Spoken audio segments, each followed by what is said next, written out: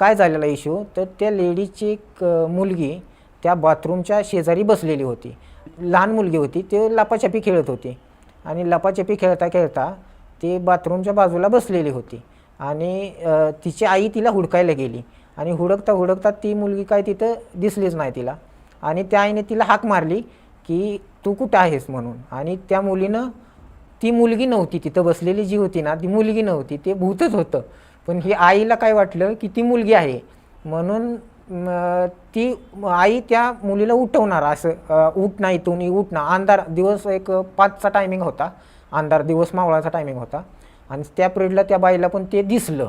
दिसल्यानंतरनं ती बाई पळायला लागली आणि पळत पळत घरी आली आणि त्या बाईला पण त्रास झाला असेल, विचारलं मी तिला बऱ्याच वेळा, पण ती म्हणली मला झाला त्रास पण मी दाखवलं देवऋषांकडे आणि त्यानंतर नाही काय, नंतर नाही काय तिला त्रास झाला. म्हणजे तिथं कन्फर्म आहे हे तर आमच्या एरियातल्या सगळ्या लोकांना माहीत आहे, पण कोणच काय करू शकत नाही, कोणच दखल घेऊ शकत नाही की की आपण काहीतरी त्याचा बंदोबस्त केला पाहिजे किंवा काय केलं पाहिजे ते.